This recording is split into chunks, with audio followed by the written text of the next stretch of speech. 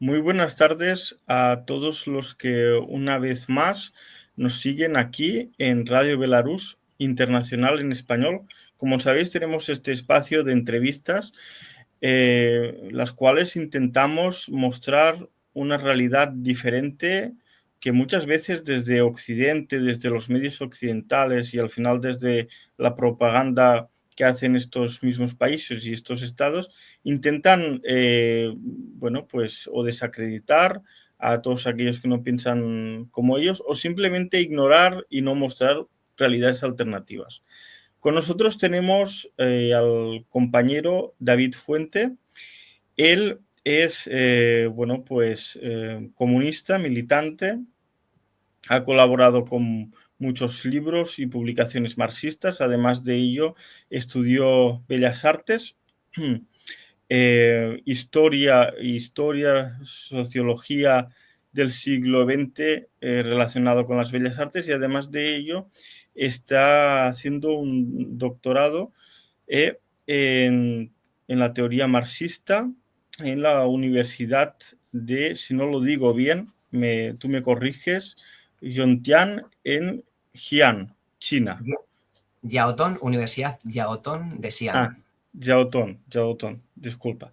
Bueno, como decía, muchas gracias por haber accedido a esta entrevista. Nada, gracias a ti, Albert, por la invitación y enhorabuena por todo el esfuerzo de difusión de lo que sucede en Belarus, de su sistema, de su resistencia al imperialismo, su proceso de desarrollo en beneficio del pueblo y demás tareas de divulgación. Muchas gracias por la invitación. A ti por acceder. Bueno, yo quería empezar la primera pregunta, que está... Siempre me gusta empezar las primeras preguntas, sobre todo intentando buscar una conexión con el entrevistado, ¿no? Por eso yo te pregunto, ¿no? Puede ser una pregunta filosófica o no sé cómo tú lo ves, ¿no? Bellas Artes, el arte en sí, ¿es parte de la política? Hmm. Bueno, el arte puede llegar a ser parte de la política, parte de la lucha política. El arte se encarga de reflejar la realidad circundante al ser humano y esa realidad es multifacética, ¿no? Hay cuestiones que tienen que ver con el disfrute estético de la naturaleza, de la propia belleza del ser humano, del cuerpo humano, pero también lo que rodea al ser humano son sociedades con determinada organización económica, política, con determinadas contradicciones, y eso en el arte de calidad también se abre camino. Las contradicciones sociales también son reflejadas en el arte, y de eso tenemos ejemplos a lo largo de la historia universal del arte en múltiples momentos, ¿no?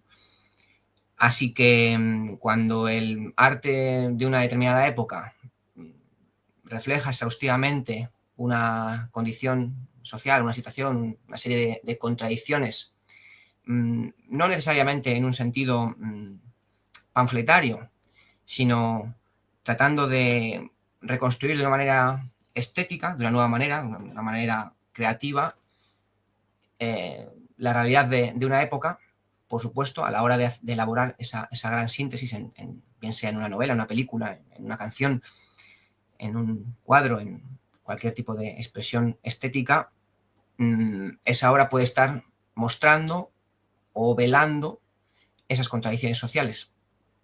Y entonces, pues, bien, si se dedica a desvelar y a mostrar y a hacer palpable las contradicciones de una época y a mostrar el curso de desarrollo de esas contradicciones y el curso incluso de la liberación posible, pues será un arte progresista, incluso revolucionario, proletario, en la medida en que vele, oculte, disimule esas contradicciones o incluso embellezca ¿no? la opresión, pues conducirá en el lado opuesto, ¿no? Y ahí tenemos, durante el siglo XX, hay un patrimonio tremendo, y también durante el siglo XIX, de arte vinculado a la lucha de la clase obrera, que no deja a nadie indiferente todavía en el siglo XXI, ¿no? Y pues todo el mundo vuelve atrás y mira con admiración el muralismo mexicano, a Bertolt Brecht, las películas del cine realista italiano, ¿no? En fin, hay una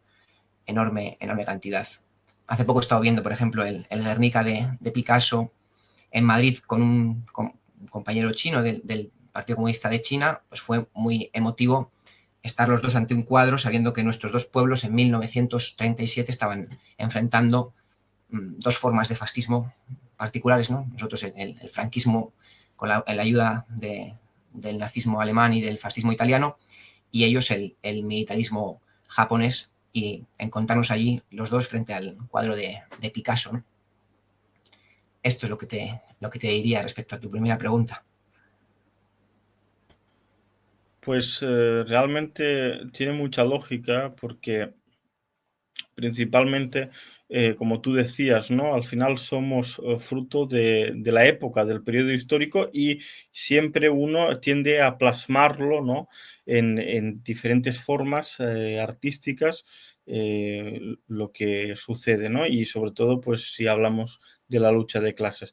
Precisamente yo te quería preguntar también a ti, ¿por qué decidiste hacer el doctorando en la República Popular China? ¿Por qué decidiste? Porque yo entiendo de que eso no es una cosa de un día a la mañana, de decir, me voy para China y voy a estudiar marxismo en dicha universidad. ¿Qué es lo que te motivó? Eso primero. Y después, cuando has estado allá, ¿cuál es la realidad real que tú te has encontrado? Porque muchas veces en Occidente pues se vende una imagen de China que, que parece ser, bueno, pues que un monstruo, ¿no? Una nueva Unión Soviética, pero que abraza el capitalismo o algo así, algo que siempre lo intentan vender de forma dictatorial. ¿Cómo tú viviste esa vida diaria y cuáles eran esas razones por las que te motivaron ir a China? Muy bien. Pues yo quería hacer un doctorado en teoría marxista porque había terminado mi carrera, había hecho un máster en México en sociología política y la investigación me había apasionado, me había gustado, había ido bien, se había publicado la investigación que hice en México. Entonces, la vocación de hacer un doctorado y seguir profundizando en la teoría social y particularmente la teoría marxista que yo había descubierto a lo largo de la carrera de Bellas Artes a través de las asignaturas de historia, de sociología, antropología del arte, había tocado ahí a Marx, Engels, Lenin, y eso, vamos, su potencia científica me sedujo totalmente, hasta tal punto que por eso dejé más bien dedicarme a la producción plástica y centrarme en las ciencias sociales, ir a México, seguir estudiando por mi cuenta el marxismo, cuando podía aprovecharlo, si los profesores lo enseñaban también, porque como todos sabemos, en los países capitalistas, pues el marxismo o no se enseña, o se enseña muy mal, o se le ataca de manera falaz. Entonces, en este contexto, que yo quería seguir profundizando en el marxismo, un buen amigo me dio a conocer unas becas del gobierno chino, las becas CSC, y me dijo, oye, David, ¿tú no querías hacer un doctorado? Pues están aquí estas becas y yo invito a todo el mundo a que las mire, becas CSC del gobierno chino, que te permiten hacer estudios de licenciatura, máster, doctorado, incluso de idiomas. Y cuando vi esa oportunidad y vi la oportunidad de estudiar marxismo en la principal potencia socialista actual, pues para mí era tremendamente seductor. No había lugar a dudas de que el esfuerzo iba a merecer la pena. Y cuando llegué a China, pues por suerte yo llegué a China y había tenido previos contactos aquí en Bilbao, en Euskadi, en España, con personas que habían conocido China con exhaustividad, ¿no? Entonces, por supuesto, yo sabía de los prejuicios que todos sabemos que se le achacan a China, ¿no? Nadie habla de capitalismo salvaje, salvo cuando hay que hablar de China, cosa que es una cosa estrambótica, pero así ocurre. Entonces, ya digo que cuando llegué a China tenía buenas referencias y referencias correctas y exhaustivas, y lo que me encontré es lo que mis referencias correctas y exhaustivas me habían explicado a grandes rasgos y que no tiene nada que ver con lo que nos trasladan ni los medios de información ni sectores ultraizquierdistas que no han entendido ni han prestado atención a lo que sucede realmente en China.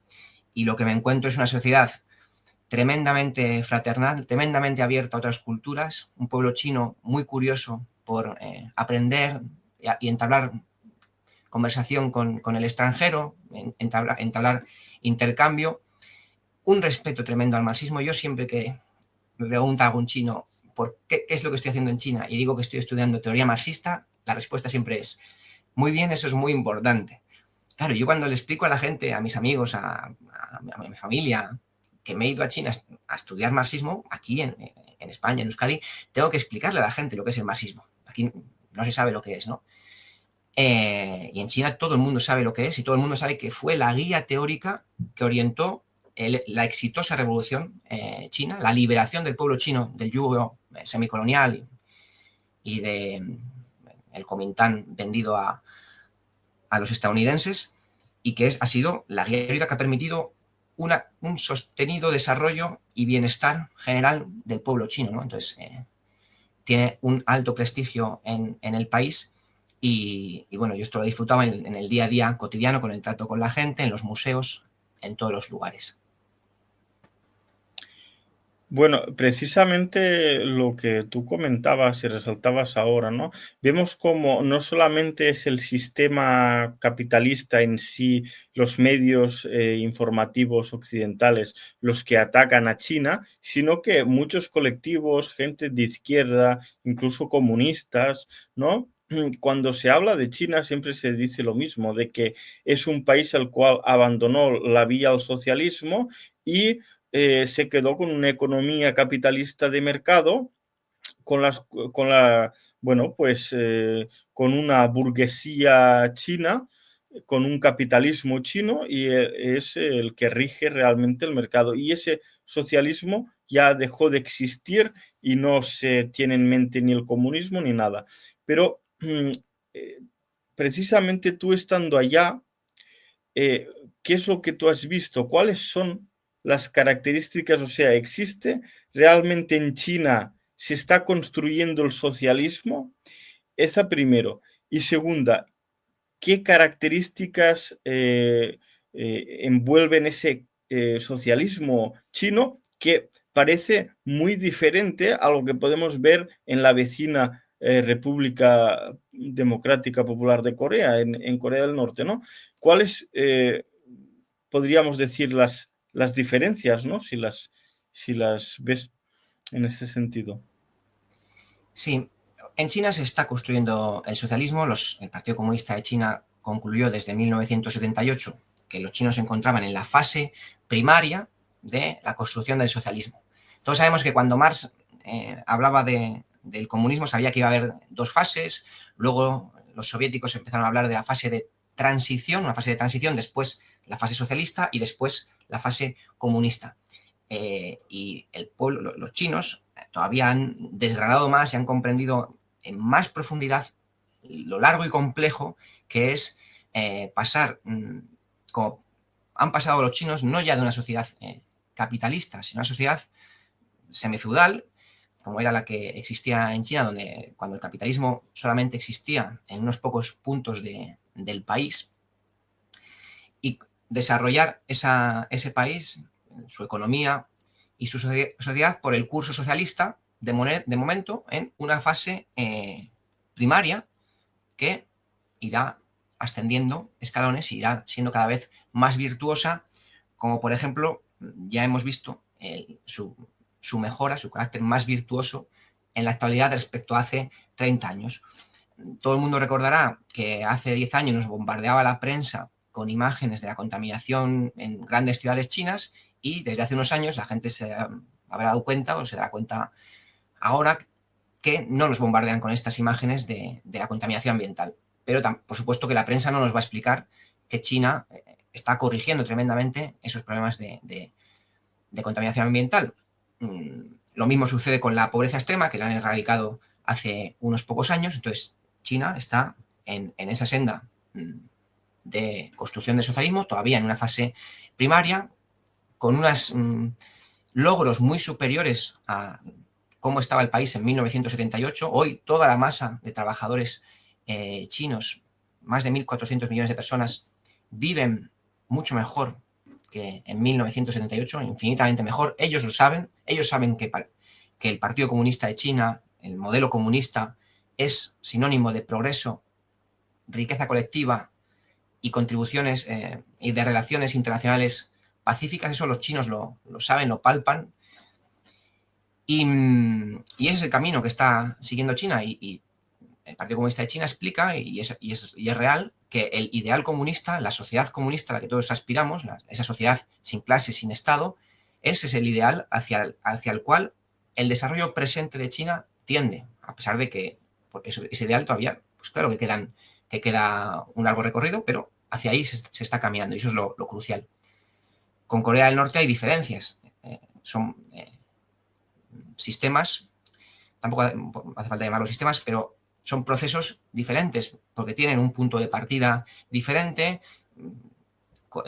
Todos sabemos cuál es la situación de Corea del Norte respecto a Corea del Sur y el papel que jugaron allí Estados Unidos, y obviamente Corea no se ha podido desenvolver del mismo modo que China, igual que Vietnam no se ha desenvuelto del mismo modo que China, ni Laos, ni Cuba, ¿no? Cada país socialista tiene unas condiciones internas y una serie de circunstancias que hacen que el modelo chino o el proceso seguido por China y el proceso seguido por Corea sea diferente. Pues, por ejemplo, el brutal bloqueo que sufre Corea le habría impedido desplegar todo este sistema de financiación extranjera que China ha podido y ha sabido aprovechar muy bien para su propio desarrollo, no para el sometimiento de su pueblo al capital extranjero, sino permitir la inversión extranjera para que esto sea un punto de apoyo para el creciente bienestar de los trabajadores. Y, por ejemplo, China por un largo tiempo pudo mantener un gasto militar muy bajo, esta además fue la apuesta de Deng Xiaoping, y centrarse en el desarrollo económico. Pero es que a Corea se le ha negado esta posibilidad. Corea, la amenaza militar que está siempre planeando sobre Corea obliga a este país a dedicar mucho más recursos a la cuestión militar. Y eso, por supuesto, que lastra el resto de su economía. Pero ¿qué va a hacer Corea, no? Entonces hay que entender siempre las condiciones concretas que atraviesa cada uno de los países para ver cómo se abre camino el socialismo y contra qué complejidades lucha. La mayoría del mercado exterior de Corea, norcoreano, de la República Democrática, es China. O sea que, bueno, también es siempre positivo la buena relación entre los países socialistas y su ayuda mutua. Precisamente es, como comentaba, ¿no? Es lo típico que se suele decir, sobre todo aquellos que podemos llamarlos revolucionarios de salón, aquellos que son los más puros de todos, que nunca han hecho ninguna revolución, solamente han leído, puede ser, los clásicos o algunos libros de los clásicos, no todos, y sacan conclusiones sin entender la realidad concreta de cada lugar, como tú, David, muy bien decías. Precisamente, yo creo que lo más interesante, haciendo un hincapié, porque lo que tú dices de cómo funciona China me recuerda también a cómo, por ejemplo, el sistema aquí en Belarus tiene, la mayor parte son empresas estatales, pero sí que tiene esa abertura como la que tiene China en ese sentido. Y yo creo que precisamente es en el mismo sentido, no es para someter al pueblo, sino es para poder ir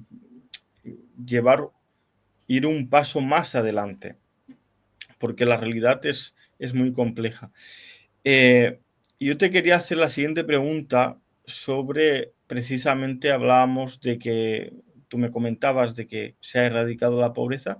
¿Cuáles son los derechos sociales en China?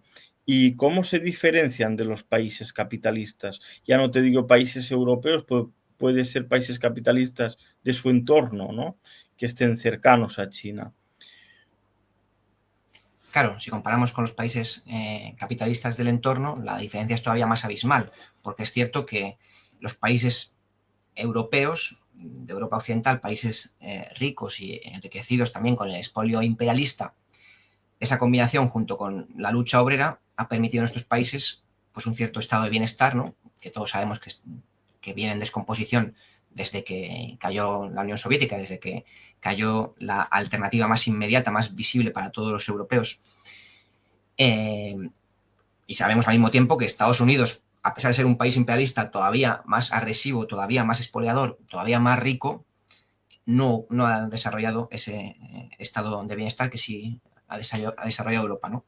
Y si comparamos ya los servicios sociales de China con países de su entorno capitalistas como la India, donde hay cientos de millones de pobres extremos, pues la situación es más abismal, ¿no? Y además, justo con esos países es con los que deberíamos hacer la comparativa.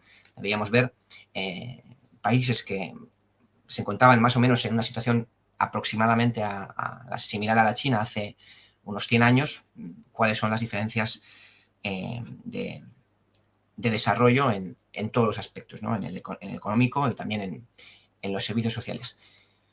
En China los servicios sociales se han desarrollado tremendamente y se siguen desarrollando. Y el Partido Comunista de China, el pueblo chino, no es que sean autocomplacientes. Yo antes no he intentado no hablar del modelo chino porque China no es un modelo cerrado para replicar en otros lugares o que se mantenga estanco y perenne. China está en un proceso de construcción socialista pasando de la fase inferior a una fase más elevada. Por tanto, está continuamente reinventándose. Por supuesto que hay aspectos, por ser un proceso socialista, hay aspectos centrales que no son puestos en duda y que son pilares de que ese socialismo se desarrolle. Por ejemplo, que el Partido Comunista de China está en el centro de que dirija este desarrollo, eso es central. No se puede renunciar a eso. Si renunciamos a eso, renunciamos a todo el modelo que ha permitido sacar a esos 800 y pico millones de chinos de la pobreza extrema en las últimas décadas, ¿no? Pero no es un modelo estanco y cerrado, sino que está continuamente desarrollándose. Y los chinos saben también que todo su sistema tanto de seguridad social, de educación, de sanidad, aspiran a continuar expandiéndolo. Pero bueno, pues eso, toda la educación pública gratuita, más del 85% de los hospitales son públicos, todo el mundo tiene acceso al seguro básico de sanidad, las personas que tienen menos ingresos, la cobertura la cubre por completo el Estado y el resultado es que la cobertura en la sanidad es ya universal y que la educación, por ejemplo, es infinitamente más barata. Bueno, gratuita es toda la básica, incluidos los libros de texto, ¿no? Cosa que no tenemos, por ejemplo, en España. Pero la universitaria también es mucho más barata y encima también se contemplan rebajas, becas en función de los ingresos y, por supuesto, también becas en función de los resultados académicos, ¿no? Así que China sigue fortaleciendo este sistema, sigue expandiendo también las pensiones, el paro por el desempleo, etcétera. Pues precisamente hay que seguir estudiando, analizando la realidad china porque como muy bien los que nos siguen y nos ven saben, ya es la segunda potencia y en los próximos decenios yo estoy seguro que será la primera potencia mundial. Y puede ser que a raíz de el proyecto chino también pueda mostrar a muchos otros países de la región, del mundo, ese socialismo al estilo chino que podría ser interesante implementar también en otras realidades. Como tú bien decías, siempre se centran en comparar, ¿no? Por ejemplo, Cuba con Estados Unidos. Pero ¿cómo puedes comparar una isla de 10 millones de habitantes que está bloqueada, tú lo sabes, está aislada, etcétera, con la primera potencia mundial? Compáralo, por ejemplo, con Haití, que es su vecino, el cual el capitalismo provoca que sus habitantes, por ejemplo, vivan 10 años menos y de peor calidad. Entonces, a veces es lo que hablamos, ¿no? Las comparativas es necesario centrarlas y mostrarlas. David, ha sido un placer poderte escuchar. Espero que hayas estado cómodo aquí en este programa de Radio Belarus y te esperamos en próximas ediciones del mismo. Muchas gracias, he estado muy a gusto.